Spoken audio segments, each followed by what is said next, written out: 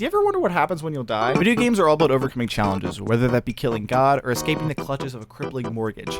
And since the beginning of video games, specifically in the action-adventure genre, the main challenge is to avoid dying.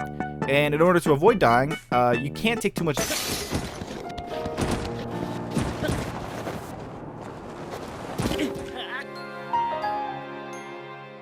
The first video game with a visible health bar or vitality was the 1984 computer game Who Cares? It's been around forever and is pretty much never going to go away. Taking damage in video games is a constant, but it's handled differently in a multitude of ways. You got the health counter, probably the most overt way of displaying damage. You get hit, number goes down. It's pretty simple. There's the health bar, which is more of like a suggestion of how much health you have left rather than a concrete value. And if you want to get even more simple, we have the red screen. It's pretty vague, but it's usually only used in games with like pretty simple combat, so it kind of makes sense. Now those are the most basic, but games use all kinds of funny ways to explain how your character takes damage. And it isn't always health. Like if your character's a robot, it's energy. And like in Sekiro, you have a health bar, but your posture bar is the one you're looking at 90% of the time. It doesn't even have to be health at all. Sometimes the amount of hits you can take just depends on if you're holding a certain item like the mushroom in Mario or rings in Sonic. And then there's Smash, which has a health counter, but it's a percentage that goes up, which makes you launch farther off screen. But no matter how you take damage, the player has to know when they took damage, which is why sound design is really important for stuff like that, okay? In Dark Souls, the hit sound is very moist, erotic even.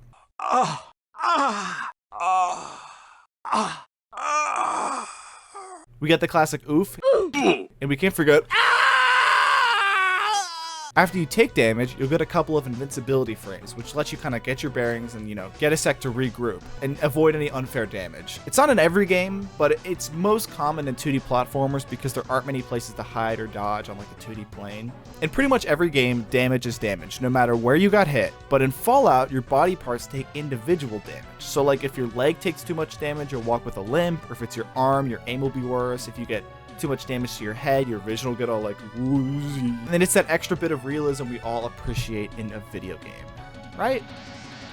Realism? Hey, isn't it funny how like you'll tank like 60 bullets in game, but then one shot in a cutscene like totally puts you out of commission? So like in The Last of Us, minus spoilers, Joel gets stabbed and is like on the brink of death. But in game, he gets shot all the time, and as long as he just bandages up his left forearm, everything's okie dokie. In Star Wars, a single lightsaber slice kills anyone. But in the games, it's like a glowy baseball bat. You gotta like whack people over and over until they actually die. Throughout all of Uncharted 2, you can get shot so many times and regen health, no problem.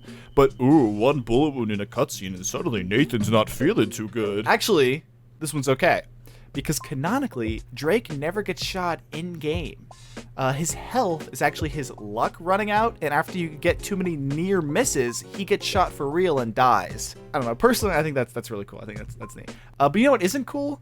Zombie games where you'll get scratched a bit like multiple times and just be fine, like you don't get infected. And no, Leon, you can't just eat a plant and be okay. A zombie just ripped out your larynx. Go to the hospital. Oh wait, you can't because it's the apocalypse. But what happens when you take too much damage and you actually die? Well, usually you'll just revert back to a checkpoint and the game acts like it never happened. But some games implement it into the lore itself, like Dark Souls. You respawn because you're undead, so you can't truly die. And also, okay, I'll shut up about Dark Souls, I get it. Deathloop's whole plot revolves around the main character dying over and over again. That is the story. It's in the name Deathloop. And Halo's multiplayer, yes, the multiplayer actually has lore, is supposedly a simulation for the Spartans, like for combat, which doesn't completely make sense, but I guess it's an explanation at all, which is cool. Wait, what happens when I die?